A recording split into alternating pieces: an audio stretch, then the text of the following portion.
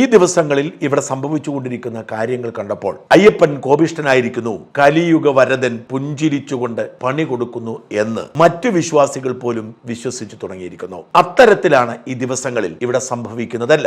നോക്കുക, 2018 സംഭവിച്ചത് എന്താണ്? ഒരു കാരണവുമില്ലാതെ സുപ്രീം കോടതി വിധിയുടെ പേര് പറഞ്ഞുകൊണ്ട് ശബരിമലയിൽ ആചാര ലംഘനം നടത്താൻ സർക്കാർ മുൻകൈയെടുത്തു. ദേവസ്വം ബോർഡിന്റെ മുൻ പ്രസിഡന്റും ദേവസ്വം കമ്മീഷണറുമായ വാസുവിന്റെ ജയിൽവാസമാണ് ഇതിലേറ്റവും പ്രധാനപ്പെട്ടത്. കാരണം രാജാവിനേക്കാൾ വലിയ രാജഭക്തിയോടെ വാസു നിറഞ്ഞാടുകയായിരുന്നു. രാജാവിനേക്കാൾ വലിയ രാജഭക്തിയായിരുന്നു പിണറായിക്ക് വേണ്ടി കൊട്ടേഷൻ ഏറ്റെടുത്ത് ഡൽഹിയിൽ പോയി നടപ്പിലാക്കിയത്. അയ്യപ്പന്റെ നൈഷ്ഠിക ബ്രഹ്മചര്യത്തെ അട്ടിമറിക്കാൻ ചുക്കാൻ പിടിച്ചത് ഈ വാസുവായിരുന്നു. എത്ര ദിവസമായി വാസു ജയിലിൽ കിടക്കുന്നു. പിന്നെ പത്മകുമാർ ഭക്തനാണ്. പക്ഷെ എന്നിട്ടും ഈ വാസുവിന്റെ ധിക്കാരത്തിനെതിരെ നിലപാടെടുക്കാതെ അയ്യപ്പന്റെ നൈഷ്ഠിക ബ്രഹ്മചര്യം തകർക്കാൻ അനുവദിക്കില്ല എന്ന് പറഞ്ഞ് ധീരമായി ആ പദവി ഉപേക്ഷിച്ചു പോരാതെ അവിടെ തത്തിക്കളിച്ചുകൊണ്ട് നിന്നു. എന്തായിരുന്നു ലക്ഷ്യം? അയ്യപ്പന്റെ സ്വർണം അടിച്ചു മാറ്റുന്നത് പങ്കുവയ്ക്കണം. ജയിലിലായി പോയി. എന്നിട്ടോ കൈകാലിട്ടടിച്ച് ജയിലിൽ കിടക്കുന്നു. ഇപ്പോഴിതാ വിജയകുമാർ എന്ന് പേരുള്ള ഒരു ദേവസ്വം ബോർഡ് അംഗവും ജയിലിലായി. ഇനി ജയിലിലാവുന്നത് KP ശങ്കരദാസ് എന്ന ദേവസ്വം ബോർഡ് അംഗമാണ്. CPIയുടെ പ്രതിനിധിയാണ്.